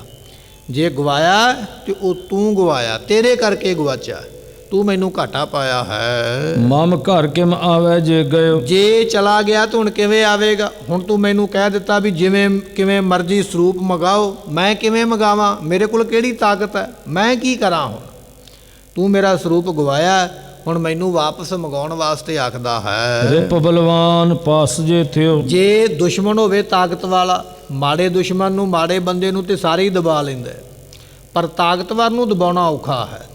ਭੇਡ ਬੱਕਰੀ ਨੂੰ ਸਾਰੇ ਦੱਬ ਲੈਂਦੇ, ਪਰ ਦਬਾਉਣਾ ਸ਼ੇਰ ਨੂੰ ਔਖਾ ਹੈ। ਧੀਰਮਲ ਕਹਿੰਦਾ ਮਾੜੇ ਦੁਸ਼ਮਣ ਨੂੰ ਤੇ ਝੱਟ ਦਬਾਇਆ ਜਾ ਸਕਦਾ, ਨਹੀਂ ਦਬਾਇਆ ਜਾਂਦਾ ਤੇ ਤਗੜੇ ਨੂੰ ਨਹੀਂ ਦਬਾਇਆ ਜਾਂਦਾ। ਤੇ ਗੁਰੂ ਤੇਗ ਬਹਾਦਰ ਪਾਤਸ਼ਾਹ ਮੇਰੇ ਦੁਸ਼ਮਣ ਨੇ, ਪਰ ਹੈ ਮੇਰੇ ਤੋਂ ਤਗੜੇ, ਉਹਨਾਂ ਨੂੰ ਮੈਂ ਕਿਵੇਂ ਦਬਾਉਣਾ ਕਰਾਂ? ਲਰਵੇ ਤੇ ਹਮ ਹਾਥ ਨਾ ਆਵੇ। ਜੇ ਆਪਾਂ ਲੜਾਂਗੇ ਨਾ, ਜਾ ਕੇ ਬੰਦੇ ਲੈ ਕੇ ਲੜਾਂਗੇ ਗੁਰੂ ਤੇਗ ਬਹਾਦਰ ਪਾਤਸ਼ਾਹ ਦੇ ਨਾਲ, ਤੇ ਲੜਿਆਂ ਇਹ ਕੰਮ ਨਹੀਂ ਬਣਨਾ, ਕਿਉਂਕਿ ਲੜ ਕੇ ਅਸੀਂ ਜਿੱਤ ਨਹੀਂ ਸਕਦੇ। ਸਾਡੇ ਕੋਲ ਬੰਦੇ ਥੋੜ੍ਹੇ, ਉਹਨਾਂ ਕੋਲ ਬੰਦੇ ਜ਼ਿਆਦੇ, ਨਾਲੇ ਮੱਖਣ ਸ਼ਾਹ ਉਹਨਾਂ ਦੇ ਨਾਲ ਹੈ। ਲੜਿਆਂ ਅਸੀਂ ਕੰਮ ਗਵਾ ਦਿਆਂਗੇ, ਕੰਮ ਖਰਾਬ ਹੋ ਜਾਏਗਾ, ਕੰਮ ਬਣਨਾ ਨਹੀਂ ਹੈ। ਜਾਚਨ ਤਿੰਨ ਤੇ ਕਿਮ ਬਨੇ ਆਵੇ। ਜੇ ਆਪਾਂ ਜਾ ਕੇ ਮੰਗੀਏ, ਕਿਉਂਕਿ ਦੋ ਹੀ ਤਰੀਕੇ ਨੇ, ਜਾਂ ਤੇ ਲੜ ਕੇ ਲੈ ਲਓ ਜਾਂ ਫਿਰ ਮੰਗ ਕੇ ਲੈ ਲਓ। ਲੜ ਕੇ ਆਪਾਂ ਲੈ ਨਹੀਂ ਸਕਦੇ, ਆਪਾਂ ਮਾੜੇ ਆ, ਤੇ ਮੰਗਿਆ ਨੇ ਉਹਨਾਂ ਨੇ ਦੇਣਾ ਨਹੀਂ। ਉਹਨਾਂ ਨੂੰ ਕੀ ਲੋੜ ਹੈ ਸਾਨੂੰ ਸਰੂਪ ਦੇਣ ਦੀ? ਉਹਨਾਂ ਦੀ ਮਰਜ਼ੀ ਉਹ ਮੰਨਣ, ਉਹਨਾਂ ਦੀ ਮਰਜ਼ੀ ਨਾ ਮੰਨਣ। ਮੰਗਿਆ ਉਹਨਾਂ ਨੇ ਦੇਣਾ ਨਹੀਂ ਹੈ। ਮਾਰਨ ਮਰਨ ਬੈਰ ਪਰ ਗਇਓ। ਇਹ ਤੇ ਹੁਣ ਮਸੰਦਾ ਮਾਰਨ ਮਰਨ ਦਾ ਵੈਰ ਪੈ ਗਿਆ। ਅੱਜ ਉਹਨਾਂ ਤੇ ਗੋਲੀ ਮੈਂ ਚਲਾਈ ਹੈ, ਕੱਲ੍ਹ ਨੂੰ ਮੇਰੇ ਤੇ ਚਲਾਉਣਗੇ। ਅੱਜ ਵਾਧਾ ਮੈਂ ਕੀਤਾ, ਭਾਜੀ ਮੈਂ ਪਾਈ ਹੈ, ਕੱਲ੍ਹ ਨੂੰ ਮੇਰੇ ਤੇ ਉਹ ਪਾਉਣਗੇ। ਤੂੰ ਸਾਡਾ ਆਪਸ ਵਿੱਚ ਵੈਰ ਪਵਾ ਦਿੱਤਾ ਹੈ। ਤੁਮਰੇ ਪ੍ਰੇਰੇ ਮੈਂ ਕਰ ਲਿਓ। ਮੈਂ ਬੜਾ ਵੱਡਾ ਮੂਰਖ ਹਾਂ ਜੋ ਤੇਰੇ ਮਗਰ ਲਾ ਕੇ ਜਿਵੇਂ ਜਿਵੇਂ ਤੂੰ ਮੈਨੂੰ ਕਹਿੰਦਾ ਰਿਹਾ ਮੈਂ ਉਵੇਂ ਉਵੇਂ ਕਰਦਾ ਰਿਹਾ। ਕਈ ਵਾਰੀ ਵਜ਼ੀਰ ਇਹੋ ਜਿਹੇ ਮਾੜੇ ਟੱਕਰ ਜਾਂਦੇ, ਰਾਜਿਆਂ ਦੇ ਕੋਲੋਂ ਬੜੇ ਬੜੇ ਗਲਤ ਕੰਮ ਕਰਵਾ ਕੇ ਉਹਨਾਂ ਨੂੰ ਬਦਨਾਮ ਕਰ ਦਿੰਦੇ, ਖਤਮ ਕਰ ਦਿੰਦੇ। ਕਈ ਵਜ਼ੀਰ ਇਹੋ ਜਿਹੇ ਹੋਏ ਜਿਨ੍ਹਾਂ ਨੇ ਰਿਆਸਤਾਂ ਖਤਮ ਕਰ ਦਿੱਤੀਆਂ, ਰਾਜ ਹੀ ਖਤਮ ਕਰ ਦਿੱਤੇ। ਮਾੜੇ ਵਜ਼ੀਰ ਦੇ ਆਖੇ ਲਾ ਕੇ ਕੀਤਾ ਕਰਮ, ਉਹਦੀ ਗਲਤੀ ਵੱਡੀ ਹੋ ਜਾਂਦੀ ਹੈ। ਮਹਾਰਾਜਾ ਰਣਜੀਤ ਸਿੰਘ ਦਾ ਕਿੱਡਾ ਵੱਡਾ ਰਾਜ ਹੈ, ਪਰ ਵਜ਼ੀਰ ਹੈ ਲਾਲ ਸਿੰਘ, ਧਿਆਨ ਸਿੰਘ ਵਰਗੇ ਡੋਗਰੇ, ਤੇ ਉਹਨਾਂ ਡੋਗਰਿਆਂ ਦੇ ਮਗਰ ਲੱਗ ਲੱਗ ਕੇ ਫੈਸਲੇ ਕਰਦਾ ਰਿਹਾ। ਤੇ ਅੰਜਾਮ ਕੀ ਹੋਇਆ? ਸਿੱਟਾ ਕੀ ਨਿਕਲਿਆ? ਲਾਭ ਕੀ ਹੋਇਆ? ਸਾਰੇ ਦੇ ਸਾਰੇ ਪੁੱਤਰ ਮਰਵਾ ਬੈਠਾ। 5 ਪੁੱਤਰ ਸਨ, 5 ਮਰਵਾ ਲਏ। ਹੈ ਵੀ ਬੜੇ ਸੂਰਮੇ। ਰਾਜ ਭਾਗ ਵੀ ਜਾਂਦਾ ਰਿਹਾ, ਰਾਜ ਭਾਗ ਵੀ ਚਲਾ ਗਿਆ, ਪੁੱਤਰ ਵੀ ਮਰ ਗਏ। ਪੁੱਤਰ ਦਾ ਨਾਮ ਖੜਗ ਸਿੰਘ ਹੈ। ਇਸ ਤਰ੍ਹਾਂ ਉਹਦੇ ਪੁੱਤਰਾਂ ਦੇ ਵੱਖੋ ਵੱਖਰੇ ਨਾਮ ਨੇ। ਕੰਵਰ ਸ਼ਮੀਰਾ ਸਿੰਘ, ਕੰਵਰ ਕਸ਼ਮੀਰਾ ਸਿੰਘ, ਮਹਾਰਾਜਾ ਦਲੀਪ ਸਿੰਘ ਤੇ ਮਹਾਰਾਜਾ ਸ਼ੇਰ ਸਿੰਘ ਤੇ ਮਹਾਰਾਜਾ ਖੜਕ ਸਿੰਘ। 5 ਪੁੱਤਰ ਨੇ, 5 ਮਰਵਾਏ। ਰਾਜ ਵੀ ਗਿਆ। ਕਿਵੇਂ ਗਿਆ? ਮਾੜੇ ਵਜ਼ੀਰਾਂ ਦੇ ਮਗਰ ਲੱਗ ਕੇ ਫੈਸਲੇ ਕੀਤੇ। ਲਾਲ ਸਿੰਘ, ਧਿਆਨ ਸਿੰਘ ਵਰਗੇ ਡੋਗਰਿਆਂ ਨੇ ਰਾਜ ਹੀ ਗਵਾ ਦਿੱਤਾ। ਮਾੜੇ ਵਜ਼ੀਰਾਂ ਦੇ ਮਗਰ ਲੱਗ ਕੇ ਕੀਤੇ ਫੈਸਲੇ ਰਿਆਸਤਾਂ ਤੇ ਰਾਜ ਖਤਮ ਕਰ ਦਿੰਦੇ। ਮਾੜੇ ਬੰਦਿਆਂ ਦੀ ਕੀਤੀ ਸਲਾਹ ਦੇ ਨਾਲ ਲੈ ਫੈਸਲੇ ਜਿਹੜੇ ਨੇ ਰਾਜ ਜਾਂ ਜੋ ਵੀ ਸਰਦਾਰੀ ਆ ਖਤਮ ਹੋ ਜਾਂਦੀ ਹੈ। ਹੁਣ ਧੀਰਮਲ ਨੂੰ ਸਮਝ ਆਈ ਹੈ, ਮੈਂ ਐਸ ਮਸੰਦ ਦੇ ਮਗਰ ਲੱਗ ਲੱਗ ਕੇ ਫੈਸਲੇ ਕੀਤੇ, ਇਹਦੇ ਆਖੇ ਲੱਗ ਲੱਗ ਕੇ ਚੱਲਦਾ ਰਿਹਾ। ਮਸੰਦ ਦਾ ਤੇ ਕੁਝ ਗਿਆ ਨਹੀਂ, ਪਰ ਮੇਰਾ ਕੁਝ ਰਿਹਾ ਨਹੀਂ। ਹੁਣ ਸਮਾਂ ਲੰਘ ਗਿਆ ਹੱਥੋਂ, ਹੁਣ ਤੇ ਘਾਟਾ ਪੈ ਗਿਆ। ਹੁਣ ਆਪਣੇ ਮਸੰਦ ਨੂੰ ਝਿੜਕਦਾ ਪਿਆ, ਕਹਿਣ ਲੱਗਾ ਤੇਰੇ ਮਗਰ ਲੱਗ ਕੇ ਮੈਂ ਫੈਸਲੇ ਕੀਤੇ ਤੇ ਮੈਨੂੰ ਘਾਟਾ ਪੈ ਗਿਆ ਹੈ। ਆਏ ਗ੍ਰੰਥ ਸਾਹਿਬ ਹਮ ਪਾਹੀ। ਹੁਣ ਸਾਡੇ ਕੋਲ ਗੁਰੂ ਗ੍ਰੰਥ ਸਾਹਿਬ ਦਾ ਸਰੂਪ ਆਵੇਗਾ ਕਿਵੇਂ? 2 ਤਰੀਕੇ ਨੇ ਲੜ ਕੇ ਲਿਆਉਣਾ, ਮਿਹਨਤ ਕਰਕੇ ਲਿਆਉਣਾ। ਲੜ ਕੇ ਅਸੀਂ ਜਿੱਤ ਨਹੀਂ ਸਕਦੇ, ਮਿਹਨਤ ਸਾਡੀ ਪਤਾ ਨਹੀਂ ਉਹ ਮੰਨਣਗੇ ਕਿ ਨਹੀਂ ਮੰਨਣਗੇ, ਇਹ ਉਹਨਾਂ ਦੀ ਮਰਜ਼ੀ ਹੈ। ਅਸ ਉਪਾਏ ਕੁਪਾਇਤ ਨਾਹੀ। ਮੇਰੇ ਦਿਮਾਗ ਦੇ ਵਿੱਚ, ਮੇਰੀ ਬੁੱਧੀ ਦੇ ਵਿੱਚ ਇਹੋ ਜਿਹਾ ਕੋਈ ਹੁਣ ਉਹ ਤਰੀਕਾ ਨਹੀਂ ਆਉਂਦਾ ਪਿਆ ਵੀ ਗੁਰੂ ਗ੍ਰੰਥ ਸਾਹਿਬ ਦਾ ਸਰੂਪ ਕਿਵੇਂ ਮੁੜੇਗਾ। ਇਹੋ ਜਿਹਾ ਕੋਈ ਹੁਣ ਵਿਚਾਰ ਨਹੀਂ ਹੈ। ਵਸਤ ਦਰਬ ਇਹ ਸਭ ਕਰਿਆ। ਤੇ ਕਹਿਣ ਲੱਗੇ ਵਸਤ, ਵਸਤੂਆਂ ਤੇ ਦਰਬ ਮਾਇਆ, ਉਹ ਸਾਰਾ ਕੁਝ ਆਪਣੇ ਕੋਲ ਵਾਪਸ ਆ ਗਿਆ ਹੈ। ਕਹੋ ਗ੍ਰੰਥ ਸਾਹਿਬ ਕਿਤ ਪਾਏ। ਹੁਣ ਦੱਸੋ ਭਾਈ ਗੁਰੂ ਗ੍ਰੰਥ ਸਾਹਿਬ ਦਾ ਸਰੂਪ ਕਿਵੇਂ ਪਾਈਏ? ਤਰੀਕਾ ਵੀ ਤੇ ਦੱਸੋ ਨਾ। 2 ਤਰੀਕੇ ਨੇ, ਲੜ ਕੇ ਲਿਆਉਣਾ, ਮਿਹਨਤ ਕਰਕੇ ਲਿਆਉਣਾ। ਇਹ ਦੋਵੇਂ ਕਾਮਯਾਬ ਨਹੀਂ। ਲੜ ਕੇ ਆਪਾਂ ਮਾੜੇ ਹਾਂ, ਜਿੱਤਾਂਗੇ ਨਹੀਂ। ਮਿਹਨਤ ਕਰਾਂਗੇ, ਪਤਾ ਨਹੀਂ ਉਹ ਮੰਨਣਗੇ ਕਿ ਨਹੀਂ। ਇਹਦੇ ਤੋਂ ਬਿਨਾਂ ਕੋਈ ਤਰੀਕਾ ਹੋਰ ਹੈ? ਜੇ ਹੈ ਤੇ ਦੱਸੋ, ਉਹ ਕਰ ਲੈਣਾ ਕਰੀਏ। ਇਹ ਤਾਂ ਕਾਜ ਬਰੋ ਬਹੁ ਭਇਓ। ਇਹ ਤੇ ਬਹੁਤ ਮਾੜੀ ਗੱਲ ਹੋਈ ਹੈ, ਜਿਹੜੀ ਨਹੀਂ ਹੋਣੀ ਚਾਹੀਦੀ ਸੀ ਉਹ ਸਾਡੇ ਨਾਲ ਹੋ ਗਈ ਹੈ। ਜਿਸ ਕੋ ਨ ਉਪਾਏ ਕੁਸ਼ਤੀ। ਹੁਣ ਇਹਦਾ ਕੋਈ ਉਪਾਅ ਨਹੀਂ ਹੋ ਸਕਦਾ। ਜੇ ਆਪਾਂ ਆਖੀਏ ਨਾ ਵੀ ਕੋਈ ਹੱਲ ਲੱਭ ਜਾਏਗਾ, ਨਹੀਂ ਲੱਭਣਾ। ਇਸ ਗੱਲ ਦਾ ਹੱਲ, ਕੋਈ ਵੀ ਹੱਲ ਹੋ ਨਹੀਂ ਸਕਦਾ ਹੈ। ਜੇਕਰ ਬੈਠ ਰਹੋ ਇਸ ਥਾਨ। ਜੇ ਮੈਂ ਇੱਥੇ ਬੈਠਾ ਰਵਾਂ, ਮੰਨ ਲਓ ਮੈਂ ਇੱਥੋਂ ਜਾਵਾਂ ਹੀ ਨਾ, ਜੇ ਮੈਂ ਇੱਥੇ ਬਾਬੇ ਬਕਾਲੇ ਵਿੱਚ ਰਹਿੰਦਾ ਹਾਂ ਤਾਂ ਨਾ ਸੋ ਦੇ ਹੈ ਮੁਝੇ ਤਾਂ ਵੀ ਮੈਨੂੰ ਨਹੀਂ ਉਹ ਦੇਣਗੇ। ਜੇ ਮੈਂ ਇੱਥੇ ਬੈਠਾ ਵੀ ਰਵਾਂ ਨਾ ਵੀ ਚਲੋ ਅੱਜ ਨਹੀਂ ਤੇ ਕੱਲ ਲੜਾਈ ਖਤਮ ਹੋਵੇਗੀ, ਭਾਈਚਾਰਾ ਫਿਰ ਵਧੇਗਾ, ਇੱਥੇ ਬੈਠਣ ਦੇ ਨਾਲ ਵੀ ਗੱਲ ਬੰਨੀ ਨਹੀਂ ਹੈ। ਸ੍ਰੀ ਗੁਰੂ ਅਰਜਨ ਜੀ ਇਹ ਕੀਨਾ। ਗੁਰੂ ਅਰਜਨ ਸਾਹਿਬ ਪਾਤਸ਼ਾਹ ਨੇ ਸਰੂਪ ਲਿਖਿਆ ਹੈ। ਹਮੈਂ ਗੁਰੂ ਹਰਗੋਬਿੰਦ ਦੀਨਾ। ਤੇ ਅਸੀਂ ਗੁਰੂ ਹਰਗੋਬਿੰਦ ਪਾਤਸ਼ਾਹ ਤੋਂ ਲਿਆ ਸੀ। ਲਿਆ ਨਹੀਂ ਸੀ ਵੈਸੇ, ਇਤਿਹਾਸ ਇਹ ਗੱਲ ਕਹਿੰਦਾ ਹੈ, ਇਹਨੇ ਸਰੂਪ ਲੁਕੋ ਲਿਆ ਸੀ ਆਪਣੇ ਕੋਲ, ਇੱਕ ਅੰਦਰ ਰੱਖ ਕੇ ਤੇ ਬਾਹਰੋਂ ਜੰਦਾ ਲਾ ਦਿੱਤਾ।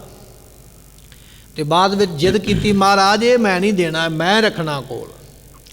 ਹੁਣ ਉਹ ਗੱਲ ਕਰਦਾ ਪਿਆ, ਕਹਿਣ ਲੱਗਾ ਵੀ ਗੁਰੂ ਅਰਜਨ ਸਾਹਿਬ ਨੇ ਲਿਖਵਾਇਆ ਤੇ ਗੁਰੂ ਹਰਗੋਬਿੰਦ ਪਾਤਸ਼ਾਹ ਤੋਂ ਮੈਂ ਲਿਆ ਹੈ। ਉਨਕੇ ਹਮਰੇ ਹੈ ਸੁ ਵਡੇਰੇ। ਤੇ ਕਹਿਣ ਲੱਗੇ ਉਹਨਾਂ ਦੇ ਤੇ ਸਾਡੇ ਹੁਣ ਵੱਡੇ ਨੇ। ਹੁਣ ਦਾਵਾ ਜਿਹੜਾ ਗੁਰੂ ਗ੍ਰੰਥ ਸਾਹਿਬ ਕਿਹਦੇ ਕੋਲ ਰਵੇ, ਇਹ ਵੀ ਦਾਵਾ ਗੁਰੂ ਤੇਗ ਬਹਾਦਰ ਪਾਤਸ਼ਾਹ ਦਾ ਹੀ ਵੱਡਾ ਹੈ। ਕਾਰਨ ਇਹ ਹੈ, ਧੀਰਮਲ ਪੋਤਰਾ ਲੱਗਦਾ ਗੁਰੂ ਹਰਗੋਬਿੰਦ ਪਾਤਸ਼ਾਹ ਦਾ, ਤੇ ਗੁਰੂ ਤੇਗ ਬਹਾਦਰ ਪਾਤਸ਼ਾਹ ਪੁੱਤਰ ਲੱਗਦੇ ਨੇ। ਹੁਣ ਪੁੱਤਰ ਦਾ ਰਿਸ਼ਤਾ ਨੇੜੇ ਹੋਇਆ ਨਾ, ਫਿਰ ਦੂਜੀ ਗੱਲ ਇਹ ਆ ਵੀ ਗੁਰਤਾ ਗੱਦੀ ਗੁਰੂ ਤੇਗ ਬਹਾਦਰ ਪਾਤਸ਼ਾਹ ਕੋਲ ਹੈ, ਗੁਰੂ ਉਹ ਨੇ। ਧੀਰਮਲ ਕਹਿੰਦਾ ਹੈ ਅਸੀਂ ਇੱਕੋ ਖਾਨਦਾਨ ਵਿੱਚੋਂ ਇੱਕੋ ਪਰਿਵਾਰ ਵਿੱਚੋਂ ਹਾਂ, ਜਿੰਨਾ ਮੇਰਾ ਹੱਕ ਹੈ ਇਸ ਰੂਪ ਦੇ ਉੱਪਰ ਇੰਨਾ ਹੀ ਗੁਰੂ ਤੇਗ ਬਹਾਦਰ ਪਾਤਸ਼ਾਹ ਦਾ ਹੱਕ ਹੈ, ਤੇ ਮੈਂ ਕਿਹੜੇ ਹੱਕ ਦੇ ਨਾਲ ਮੰਗਾ ਕਿ ਮੈਨੂੰ ਸਰੂਪ ਦੇਣਾ ਕਰੋ। ਦਾਵਾ ਕਰ ਬੈਠਾ ਸਵੇਰੇ, ਤੇ ਉਹਨਾਂ ਨੇ ਤੇ ਦਾਵਾ ਕਰ ਦੇਣਾ ਵੀ ਇਹ ਸਰੂਪ ਸਾਡਾ ਹੈ। ਜੇ ਗੁਰੂ ਤੇਗ ਬਹਾਦਰ ਦੇ, ਜੇ ਗੁਰੂ ਤੇਗ ਬਹਾਦਰ ਪਾਤਸ਼ਾਹ ਦੇ ਦੇਣ ਤੇ ਨਹਿ ਲਾਲਚ ਕਰੇ ਆਪ ਸੁਲੇ, ਤੇ ਲਾਲਚ ਕਰਕੇ ਆਪ ਨਾ ਰੱਖਣਾ ਕਰਨਾ ਤੋ ਹਮਰੇ ਕਰੇ ਆਵੇ ਸੋਈ। ਤਾਂ ਆ ਸਕਦਾ। ਇਹ ਕਹਿ ਰਿਹਾ ਧੀਰਮਲ, ਇੱਕੋ ਇੱਕ ਆਪਣੇ ਕੋਲ ਚਾਰਾ ਵੀ ਗੁਰੂ ਤੇਗ ਬਹਾਦਰ ਪਾਤਸ਼ਾਹ ਆਪੇ ਹੀ ਕਹਿ ਦੇਣ ਵੀ ਲੈ ਧੀਰਮਲ ਆਪਣਾ ਸਰੂਪ ਲੈ ਜਾ, ਫਿਰ ਮਿਲ ਸਕਦਾ। ਤੇ ਜੇ ਉਹ ਕਹਿਣ ਵੀ ਨਹੀਂ, ਫਿਰ ਕੋਈ ਦੁਨੀਆ ਦੀ ਤਾਕਤ ਇਸ ਵੇਲੇ ਆਪਾਂ ਨੂੰ ਇਹ ਸਰੂਪ ਦਵਾ ਨਹੀਂ ਸਕਦੀ ਹੈ। ਅਪਰ ਉਪਾਏ ਚੱਲੇ ਨ ਕੋਈ, ਹੋਰ ਕੋਈ ਉਪਾਅ ਨਹੀਂ ਚੱਲੇਗਾ। ਤਉ ਨਾ ਮੇਰੋ ਹੋਵੇ ਰਹਿਨੂ, ਤੇ ਤਾਂ ਹੀ ਮੇਰਾ ਇੱਥੇ ਰਹਿਣਾ ਵੀ ਨਹੀਂ ਹੋ ਸਕਦਾ ਹੈ। ਮਹਾ ਕਸ਼ਟ ਇਹ ਜਾਏ ਨ ਸਹਿ। ਇਹ ਏਡਾ ਵੱਡਾ ਕਸ਼ਟ ਹੈ, ਏਡੀ ਵੱਡੀ ਸੱਟ ਹੈ ਮੇਰੇ ਵਾਸਤੇ ਵੀ ਮੈਂ ਸਹਿ ਨਹੀਂ ਸਕਦਾ। ਧੀਰਮਲ ਕਹਿੰਦਾ ਵੀ ਜੇ ਮੈਨੂੰ ਸਰੂਪ ਵਾਪਸ ਨਾ ਮਿਲਿਆ, ਮੈਂ ਲੈ ਨਹੀਂ ਸਕਦਾ ਧੱਕੇ ਨਾਲ। ਇਹ ਤੇ ਗੁਰੂ ਤੇਗ ਬਹਾਦਰ ਮੇਰੇ ਤੇ ਰਹਿਮ ਕਰ ਦੇਣ, ਤਰਸ ਕਰ ਦੇਣ ਤੇ ਆਪਣੇ ਆਪ ਦੇ ਦੇਣ, ਠੀਕ ਹੈ, ਪਰ ਜੇ ਨਾ ਦਿੱਤਾ ਤੇ ਮੈਂ ਇਹ ਸੱਟ ਸਹਿ ਨਹੀਂ ਸਕਾਂਗਾ। ਇਹ ਕਸ਼ਟ ਮੇਰੇ ਕੋਲੋਂ ਸਿਆ ਨਹੀਂ ਜਾਣਾ ਹੈ। ਹੋਰ ਹੋ ਤੇ ਪ੍ਰਥਮ ਸੁਧਾਵੋ, ਕਹਿਣ ਲੱਗੇ ਵੀ ਦਿਨ ਚੜ੍ਹਨ ਤੋਂ ਪਹਿਲਾਂ ਮੈਂ ਇੱਥੋਂ ਚਲੇ ਜਾਣਾ ਹੈ। ਸ੍ਰੀ ਕਰਤਾਰਪੁਰੇ ਮਹਿ ਜਾਵੋ, ਮੈਂ ਰਹਿਣਾ ਹੀ ਨਹੀਂ ਇੱਥੇ। ਬਸ ਅੱਜ ਦੀ ਰਾਤ ਹੈ, ਸਵੇਰ ਚੜ੍ਹੇਗਾ, ਬਾਬੇ ਬਕਾਲੇ ਤੋਂ ਚੱਲ ਕੇ ਮੈਂ ਕਰਤਾਰਪੁਰ ਸਾਹਿਬ ਵਿੱਚ ਚਲੇ ਜਾਣਾ ਹੈ। ਸ੍ਰੀ ਗੁਰੂ ਨਾਨਕ ਆਦਿ ਮਹਾਨੇ, ਗੁਰੂ ਤੇਗ ਬਹਾਦਰ ਪਾਤਸ਼ਾਹ ਬੜੇ ਮਹਾਨ ਹਨ। ਸ੍ਰੀ ਹਰਿ ਰਾਏ ਤੀਕ ਜਗ ਮਾਨੇ, ਤੇ ਗੁਰੂ ਹਰ ਰਾਏ ਸਾਹਿਬ ਤੱਕ ਲੋਕਾਂ ਨੇ ਗੁਰੂ ਮੰਨਿਆ ਹੈ। ਕਾਰਨ ਇਹ ਹੈ, ਗੁਰੂ ਹਰ ਰਾਏ ਪਾਤਸ਼ਾਹ ਗੁਰੂ ਨੇ, ਇੱਥੋਂ ਤੱਕ ਦੁਨੀਆ ਮੰਨਦੀ ਹੈ। ਅੱਗੋਂ ਧੀਰਮਲ ਕਹਿੰਦਾ ਵੀ ਅਗਲਾ ਗੁਰੂ ਤੇ ਮੈਂ ਹਾਂ, ਨਾ ਇਹ ਗੁਰੂ ਹਰਕ੍ਰਿਸ਼ਨ ਪਾਤਸ਼ਾਹ ਨੂੰ ਤੇ ਨਾ ਗੁਰੂ ਤੇਗ ਬਹਾਦਰ ਪਾਤਸ਼ਾਹ ਨੂੰ, ਮੈਂ ਗੁਰੂ ਹਾਂ, ਇਸ ਤਰ੍ਹਾਂ ਆਖਦਾ ਹੈ। ਸਭ ਹਨ ਕੇ ਮੈਂ ਚਰਨ ਮਨਾਵੋ, ਮੈਂ ਸਾਰਿਆਂ ਦੇ ਚਰਨ ਮਨਾਵਾਂਗਾ, ਕਿਉਂਕਿ ਬਾਕੀ ਗੁਰੂ ਤੇ ਵੱਡੇ ਨੇ ਤੇ ਗੁਰੂ ਹਰ ਰਾਏ ਸਾਹਿਬ ਮੇਰੇ ਭਰਾ ਨੇ, ਚਲੋ ਉਹਨਾਂ ਦੇ ਵੀ ਚਰਨਾਂ ਤੇ ਮੱਥਾ ਟੇਕਦਾ। ਗੁਰੂ ਹਰਕ੍ਰਿਸ਼ਨ ਪਾਤਸ਼ਾਹ ਦਾ ਨਾਮ ਤਾਂ ਨਹੀਂ ਲਿਖਿਆ ਵੀ ਉਹ ਮੇਰੇ ਭਤੀਜੇ ਨੇ, ਮੇਰੇ ਤੋਂ ਛੋਟੀ ਰਿਸ਼ਤੇਦਾਰੀ ਵਿੱਚ ਨੇ, ਉਮਰ ਕਰਕੇ ਵੀ ਛੋਟੇ, ਉਹਨਾਂ ਦਾ ਜ਼ਿਕਰ ਨਹੀਂ ਕੀਤਾ ਹੈ। ਬਹੁ ਪੰਚਾਮ੍ਰਿਤ ਕਰ ਵਰਤਾਵੋ, ਮੈਂ ਬਹੁਤਾ ਕੜਾ ਪ੍ਰਸ਼ਾਦ ਬਣਵਾਵਾਂਗਾ, ਅਰਦਾਸ ਕਰਵਾਵਾਂਗਾ, ਸੰਗਤ ਨੂੰ ਵਰਤਾਵਾਂਗਾ, ਪਰ ਕਾਦੇ ਵਾਸਤੇ ਕਿ ਮੈਨੂੰ ਗੁਰੂ ਗ੍ਰੰਥ ਸਾਹਿਬ ਦਾ ਸਰੂਪ ਮਿਲ ਜਾਵੇ। ਸ੍ਰੀ ਗੁਰੂ ਤੇਗ ਬਹਾਦਰ ਹਿਰਦੇ, ਗੁਰੂ ਤੇਗ ਬਹਾਦਰ ਪਾਤਸ਼ਾਹ ਜੀ ਦੇ ਮਨ ਵਿੱਚ ਬਸ ਕਰ ਬੁੱਧ ਫੇਰੈ ਜਦ ਕਦੇ, ਉਹਨਾਂ ਦੇ ਹਿਰਦੇ ਵਿੱਚ ਵਸ ਕੇ ਉਹਨਾਂ ਦੀ ਬੁੱਧੀ ਫੇਰ ਦੇਣ। ਵੇਖੋ ਕਿਹੋ ਜੀ ਸੋਚ ਹੈ। ਇਹ ਅਰਦਾਸ ਇਹ ਕਰਾਉਂਦਾ ਪਿਆ ਵੀ ਕੜਾਹ ਪ੍ਰਸ਼ਾਦ ਬਣਵਾਵਾਂਗਾ, ਸੰਗਤ ਨੂੰ ਵਰਤਾਵਾਂਗਾ, ਅਰਦਾਸ ਕਰਵਾਵਾਂਗਾ, ਕਾਦੇ ਵਾਸਤੇ ਵੀ ਗੁਰੂ ਤੇਗ ਬਹਾਦਰ ਪਾਤਸ਼ਾਹ ਜੀਆਂ ਦਾ ਦਿਮਾਗ ਗੁਰੂ ਨਾਨਕ ਸਾਹਿਬ ਪਾਤਸ਼ਾਹ ਫੇਰ ਦੇਣ। ਉਹ ਮੈਨੂੰ ਆਪ ਹੀ ਕਹਿ ਦੇਣ ਵੀ ਲੈ ਧੀਰਮਲ ਆ ਕੇ ਸਰੂਪ ਲੈ ਜਾ, ਆਪੇ ਮੈਨੂੰ ਆਵਾਜ਼ ਮਾਰ ਕੇ ਕਹਿਣਾ ਕਰਨਾ ਇਹ ਗ੍ਰੰਥ ਸਾਹਿਬ ਬਿਨ ਜਾਚੇ, ਤੇ ਫਿਰ ਬਿਨਾਂ ਮੰਗਿਆਂ ਤੋਂ ਮੈਨੂੰ ਗ੍ਰੰਥ ਸਾਹਿਬ ਮਿਲੇ। ਹੁਣ ਗੱਲ ਇਹ ਹੈ ਵੀ ਮੈਂ ਮੰਗ ਵੀ ਨਹੀਂ ਸਕਦਾ, ਮੰਗਾਂਗਾ ਤੇ ਮੈਂ ਛੋਟਾ ਹੋ ਜਾਵਾਂ, ਕਿਉਂਕਿ ਮੰਗਣ ਵਾਲਾ ਛੋਟਾ, ਦੇਣ ਵਾਲਾ ਵੱਡਾ। ਬਣਦਾ ਤੇ ਮੈਂ ਵੱਡਾ ਹਾਂ ਵੀ ਮੈਂ ਗੁਰੂ ਹਾਂ, ਮੈਂ ਧਨਾੜ ਹਾਂ, ਮੇਰੇ ਕੋਲ ਬੜੇ ਬੰਦੇ ਬਦਮਾਸ਼ ਨੇ। ਜੇ ਮੈਂ ਮੰਗਾਂਗਾ ਤੇ ਮੈਂ ਛੋਟਾ ਪੈ ਜਾਵਾਂਗਾ। ਮੈਨੂੰ ਗੁਰੂ ਗ੍ਰੰਥ ਸਾਹਿਬ ਦਾ ਸਰੂਪ ਮਿਲੇ ਔਰ ਬਿਨਾਂ ਮੰਗਿਆ ਮਿਲੇ, ਆਪਣੇ ਆਪ ਮਿਲੇ, ਤਾਂ ਗੱਲ ਬਣਦੀ ਹੈ। ਪੂਰਾ ਕਾਮ ਹੈ ਸਤਿਗੁਰ ਸੱਚੇ, ਇਹ ਸਤਿਗੁਰੂ ਸੱਚੇ, ਮੇਰਾ ਇਹ ਕੰਮ ਪੂਰਾ ਕਰਨਾ ਕਰੋ। ਸ਼ਰਨ ਵਡਨ ਕੀ ਬਿਨਾ ਜਿਆਨ, ਤੇ ਵੱਡਿਆਂ ਦੀ ਸ਼ਰਨ ਤੋਂ ਪੈਣ ਤੋਂ ਬਿਨਾ ਨਹਿ ਉਪਾਏ ਕੋ ਨਿਸ਼ਚੈ ਜਾਨ। ਕਹਿੰਦਾ ਮੈਂ ਜਾਣਦਾ ਵੀ ਇਹ ਕੋਈ ਉਪਾਅ ਹੋਰ ਹੋ ਹੀ ਨਹੀਂ ਸਕਦਾ ਹੈ। ਗੁਰੂ ਨਾਨਕ ਸਾਹਿਬ ਦੀ ਸ਼ਰਨ ਲੈ ਤੋਂ ਬਿਨਾ, ਗੁਰੂ ਨਾਨਕ ਸਾਹਿਬ ਨੂੰ ਮੱਥਾ ਟੇਕੇ ਤੋਂ ਬਿਨਾ, ਗੁਰੂ ਨਾਨਕ ਸਾਹਿਬ ਦੇ ਚਰਨਾਂ ਦੇ ਅਰਦਾਸ ਕੀਤੇ ਤੋਂ ਬਿਨਾ ਹੁਣ ਕੋਈ ਯਤਨ ਹੈ ਹੀ ਨਹੀਂ ਜਿਹੜਾ ਮੇਰਾ ਸਫਲਾ ਹੋ ਜਾਵੇ। ਸੋ ਮੈਂ ਸ਼ਰਨ ਸਭਨ ਕੀ ਆਹੋ, ਇਸ ਕਰਕੇ ਮੈਂ ਸਾਰਿਆਂ ਗੁਰੂ ਦੀ ਚਰਨਾਂ ਦੀ ਸ਼ਰਨ ਵਿੱਚ ਹਾਂ। ਤਿਨ ਤੇ ਪੂਰਨ ਕਾਮਨਾ ਚਾਹੋ, ਮੈਂ ਉਹਨਾਂ ਤੋਂ ਆਪਣੀ ਕਾਮਨਾ ਪੂਰੀ ਕਰਾਉਣੀ ਚਾਹੁੰਦਾ ਹਾਂ। ਜਤਨ ਹੋਤੋ ਇਹ ਸੋ ਕਰ ਦੇਨ। ਇੱਕੋ ਹੀ ਮੇਰੇ ਕੋਲ ਯਤਨ ਹੈ। ਮੈਂ ਲੜ ਨਹੀਂ ਸਕਦਾ ਗੁਰੂ ਤੇਗ ਬਹਾਦਰ ਦੇ ਨਾਲ, ਮੈਂ ਮਾੜਾ ਮੰਗਿਆ ਉਹਨਾਂ ਨੇ ਦੇਣਾ ਨਹੀਂ, ਪਰ ਇੱਕ ਯਤਨ ਹੈ ਵੀ ਅਰਦਾਸ ਮੈਂ ਕਰ ਸਕਦਾ ਗੁਰੂ ਨਾਨਕ ਸਾਹਿਬ ਦੇ ਚਰਨਾਂ ਵਿੱਚ ਵੀ ਉਹੀ ਕਿਰਪਾ ਕਰਨ ਤੇ ਗੁਰੂ ਤੇਗ ਬਹਾਦਰ ਪਾਤਸ਼ਾਹ ਦਾ ਮਨ ਫਿਰ ਜਾਵੇ, ਉਹ ਮੈਨੂੰ ਆਪਣੇ ਆਪ ਸਰੂਪ ਦੇਣਾ ਕਰਨਾ। ਅਵਰ ਉਪਾਇਨ ਤੇ ਮੈਂ ਹੀਨ, ਤੇ ਬਾਕੀ ਉਪਾਅ ਮੇਰੇ ਤੋਂ ਹੋ ਨਹੀਂ ਸਕਦੇ, ਮੈਂ ਸਾਰਿਆਂ ਵਿੱਚ ਕਮਜ਼ੋਰ ਹਾਂ। ਪਛਤਾਪ ਕਰਤ ਬਹੁ ਬਾਰੀ। ਇਸ ਤਰ੍ਹਾਂ ਕਹਿਣ ਲੱਗੇ ਵੀ ਪਛਤਾਤਾਪ ਕਰਦਾ ਪਿਆ, ਪਛਤਾਉਂਦਾ ਪਿਆ ਵੀ ਮੈਂ ਕਿਉਂ ਆਇਆ ਬਾਬੇ ਬਕਾਲੇ, ਮੈਂ ਕਿਉਂ ਗੋਲੀ ਚਲਾਈ ਹੈ, ਪਛਤਾਉਂਦਾ ਹੈ। ਸੋਚਤ ਸੰਕਟ ਪ੍ਰਾਪਤ ਭਾਰੀ। ਕਹਿਣ ਲੱਗੇ ਸੋਚਦਾ ਪਿਆ ਬੜਾ ਸੰਕਟ, ਬੜਾ ਦੁਖੀ ਹੈ। ਬਿਰਲਾਪਤ ਬਹੁਤ ਬਸੂਰਤ। ਤੇ ਕਹਿਣ ਲੱਗੇ ਵਿਰਲਾਪ ਕਰਦਾ, ਰੋਂਦਾ ਉੱਚੀ ਉੱਚੀ, ਕੂਕਾਂ ਚੀਕਾਂ ਨਿਕਲਦੀਆਂ ਪਈਆਂ, ਬੜਾ ਝੂਰਦਾ, ਵਾਰ-ਵਾਰ ਸਿਰ ਮਾਰਦਾ, ਮੈਨੂੰ ਬੜਾ ਵੱਡਾ ਘਾਟਾ ਪੈ ਗਿਆ ਹੈ। ਅਚਲ ਰਹਿਤ ਜਨ ਚਿਤਰੀ ਮੂਰਤ। ਤੇ ਕਹਿਣ ਲੱਗੇ ਇਸੇ ਤਰ੍ਹਾਂ ਅਚਲ ਰਹਿਤ ਜਨ, ਜਿਵੇਂ ਮੂਰਤੀ ਬਣਾ ਦਿੰਦਾ ਨਾ ਕੋਈ, ਮੂਰਤੀ ਬਣਾਉਣ ਵਾਲਾ ਕੋਈ ਚਿੱਤਰਕਾਰੀ ਬਣਾ ਦਿੰਦਾ ਕੰਧ ਦੇ ਵਿੱਚ, ਤੇ ਉਹ ਹਿਲਾਇਆ ਹਿਲਦੀ ਨਹੀਂ ਹੈ, ਇੱਕ ਥਾਂ ਤੇ ਜਿੱਥੇ ਬਣ ਗਈ ਉੱਥੇ ਹੀ ਖਲੋਤੀ ਹੈ। ਜਿਵੇਂ ਮੂਰਤੀ ਇੱਕ ਥਾਂ ਤੇ ਖਲੋਤੀ ਹੈ, ਹਿਲਦੀ ਨਹੀਂ। ਕਹਿਣ ਲੱਗੇ ਧੀਰ ਮੱਲ ਵੀ ਮੂਰਤੀ ਵਾਂਗ ਇੱਕ ਥਾਂ ਤੇ ਗੱਡਿਆ ਹੀ ਗਿਆ, ਹਿਲਦਾ ਜੁਲਦਾ ਨਹੀਂ, ਇੱਕੇ ਥਾਂ ਤੇ ਬੈਠਾ ਹੋਇਆ ਹੈ। ਜਾਗਰਤ ਬੀਤ ਗਈ ਸਵਰੈਨ। ਸਾਰੀ ਰਾਤ ਨੀਂਦ ਹੀ ਕੋਈ ਨਹੀਂ ਆਈ, ਜਾਗਦਿਆਂ ਅੱਖਾਂ ਖੁੱਲੀਆਂ ਰਹੀਆਂ, ਸਾਰੀ ਰਾਤ ਲੰਘ ਗਈ ਹੈ। ਓੜ ਨਹੀਂ ਤਮ ਦੇ ਨੈਣ। ਲੰਮੇ ਵੀ ਪੈਂਦਾ ਤਾਂ ਵੀ ਨੇਤਰ ਬੰਦ ਨਹੀਂ ਹੁੰਦੇ ਹਨ। ਚਿੰਤਾ ਸਲਤਾ ਮਨ ਅਰਬਿੰਦ। ਕਹਿਣ ਲੱਗੇ ਚਿੰਤਾ ਦੀ ਨਦੀ ਵਿੱਚ ਇਹਦਾ ਮਨ ਰੂਪੀ ਕਮਲ ਵਹਿ ਗਿਆ, ਰੁੜ ਗਿਆ ਹੈ। ਭਇਓ ਫਿਰਤ ਦੁਖਮਾਨ ਬਿਲਿੰਦ। ਬੜੀ ਵੱਡੀ ਇਸ ਨੂੰ ਦੁੱਖ ਦੀ ਘੜੀ ਨੇ ਆ ਕੇ ਘੇਰਿਆ ਹੈ। ਚਤਰ ਘਟੀ ਰਾਤੀ ਜਬ ਰਹੀ। 4 ਘੜੀਆਂ ਰਾਤ ਰਹਿ ਗਈ, 24 ਮਿੰਟਾਂ ਦੀ ਘੜੀ ਹੈ। ਮੰਨ ਲਓ ਵੀ 1.5 ਕੁ ਘੰਟੇ ਦਾ ਸਮਾਂ ਜਦੋਂ ਵੇਖਿਆ ਵੀ ਰਾਤ ਰਹਿ ਗਈ ਹੈ, ਹੁਣ ਦਿਨ ਚੜ੍ਹਨ ਵਾਲਾ ਹੋ ਗਿਆ, ਜਦੋਂ 1.5 ਕੁ ਘੰਟੇ ਦਾ ਦਿਨ ਚੜ੍ਹਨ ਤੋਂ ਬਾਕੀ ਰਹਿ ਗਿਆ ਹੈ। ਧੀਰ ਮਲ ਨਿਜ ਜਨ ਸੋ ਕਹੀ। ਉਸ ਵੇਲੇ ਧੀਰ ਮੱਲ ਨੇ ਆਖਿਆ, ਆਪਣੇ ਸੇਵਕ ਨੂੰ, ਆਪਣੇ ਸੇਵਾਦਾਰ ਨੂੰ ਆਵਾਜ਼ ਮਾਰ ਕੇ ਕਹਿਣ ਲੱਗਾ, ਆਨੋ ਅਵੈ ਜੋ ਬਾਹਨ ਮੇਰਾ। ਕਹਿਣ ਲੱਗਾ ਵੀ ਛੱਡੋ, ਗੁਰੂ ਗ੍ਰੰਥ ਸਾਹਿਬ ਮਿਲੇਗਾ ਤੇ ਪਤਾ ਨਹੀਂ ਮਿਲੇਗਾ ਕਿ ਨਹੀਂ, ਮੇਰਾ ਲਿਆਓ ਘੋੜਾ ਜਿਹਦੇ ਤੇ ਮੈਂ ਚੜ੍ਹਨਾ, ਮੇਰਾ ਵਾਹਨ ਲੈ ਕੇ ਆਓ। ਪਰੋ ਪੰਥ ਨ ਕੀਜੈ ਦੇਰਾ। ਚਲੋ ਰਸਤੇ ਦੇ ਉੱਪਰ ਰਸਤਾ ਲਓ ਬਾਬੇ ਬਕਾਲੇ ਤੋਂ ਕਰਤਾਰਪੁਰ ਦਾ, ਦੇਰੀ ਨਾ ਕਰੋ, ਦਿਨ ਚੜ੍ਹਨ ਵਾਲਾ, ਦਿਨ ਚੜ੍ਹਦਿਆਂ ਨਿਕਲਾਂਗੇ। ਲੋਕੀ ਸਵਾਲ ਕਰਨਗੇ ਕਿਉਂ ਚੱਲੇ ਜੇ, ਆਪਾਂ ਨੂੰ ਜਵਾਬ ਨਹੀਂ ਆਉਣਾ, ਇਸ ਕਰਕੇ ਰਾਤ ਨੂੰ ਹੀ ਨਿਕਲੀਏ, ਇਸ ਤੋਂ ਪਹਿਲਾਂ ਕਿ ਲੋਕ ਉੱਠ ਪੈਣ। ਲਓ ਰਸਤਾ ਕਰਤਾਰਪੁਰ ਦਾ ਤੁਰਨਾ ਕਰੀਏ। ਆਪਣੀ ਵਸਤ ਅਖਿਲ ਸੰਭਾਰੀ। ਚਲੋ ਗੁਰੂ ਗ੍ਰੰਥ ਸਾਹਿਬ ਦਾ ਸਰੂਪ ਨਹੀਂ ਮਿਲਿਆ ਤੇ ਰਹਿਣ ਦਿਓ, ਬਾਕੀ ਵਸਤੂਆਂ ਸੰਭਾਲ ਲੈਣਾ ਕਰੋ। ਲੀਨ ਦਰਬ ਮੁਖ ਤੂਸ਼ਨ ਧਾਰੀ। ਮਾਇਆ ਸਾਰੀ ਇਕੱਠੀ ਕਰਕੇ ਲੈ ਲਈ, ਮੂੰਹ ਚੁੱਪ ਕਰ ਗਏ ਹਨ।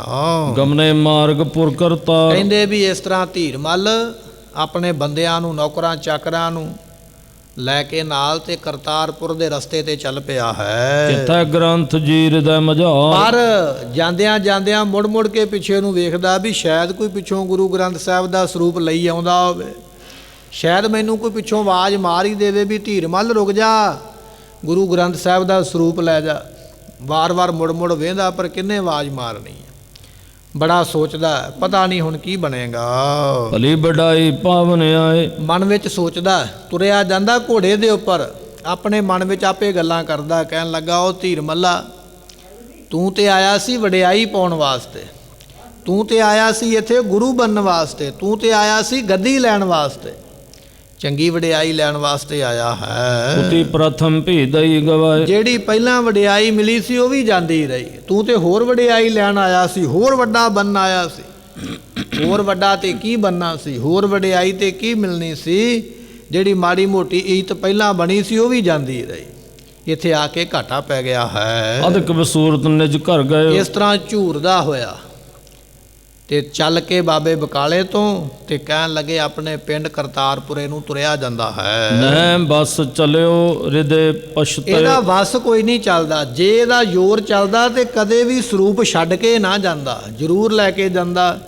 ਪਰ ਹੁਣ ਮੱਖਣ ਸ਼ਾਹ ਲੁਬਾਣੇ ਦਾ ਡਰ ਹੈ ਤਾਂ ਜ਼ੋਰ ਨਹੀਂ ਚੱਲਿਆ, ਪਰ ਪਛਤਾਉਂਦਾ ਹੈ ਵੀ ਮੈਨੂੰ ਘਾਟਾ ਬੜਾ ਵੱਡਾ ਪੈ ਗਿਆ, ਪੈਣਾ ਨਹੀਂ ਸੀ ਚਾਹੀਦਾ। ਪਛਤਾਉਂਦਾ ਹੋਇਆ ਬਾਬੇ ਬਕਾਲੇ ਤੋਂ ਕਰਤਾਰਪੁਰ ਚਲਾ ਗਿਆ। ਇੱਧਰੋਂ ਗੁਰੂ ਤੇਗ ਬਹਾਦਰ ਪਾਤਸ਼ਾਹ ਨੂੰ ਵੀ ਪਤਾ ਨਹੀਂ ਕਿ ਸਾਡਿਆਂ ਸਿੱਖਾਂ ਨੇ ਸਰੂਪ ਰੱਖ ਲਿਆ ਹੈ। ਹੁਣ ਮਹਾਰਾਜ ਨੂੰ ਕਿਵੇਂ ਪਤਾ ਲੱਗੇਗਾ, ਮਹਾਰਾਜ ਅਗਲੇ ਦਿਨ ਉੱਠ ਕੇ ਕੀ ਕਹਿਣਗੇ, ਇਹ ਆਪਾਂ ਇਤਿਹਾਸ ਕੱਲ੍ਹ ਦੇ ਦੀਵਾਨ ਵਿੱਚ ਸਰਵਣ ਕਰਾਂਗੇ। ਸਮੇਂ ਦੀ ਸਮਾਪਤੀ, ਭੁੱਲਾਂ ਦੀ ਮੁਆਫੀ, ਲੇਖਾ ਕਤੈ ਨ ਛੁਟੀਐ, ਬਖਸ਼ਨਹਾਰ ਬਖਸ਼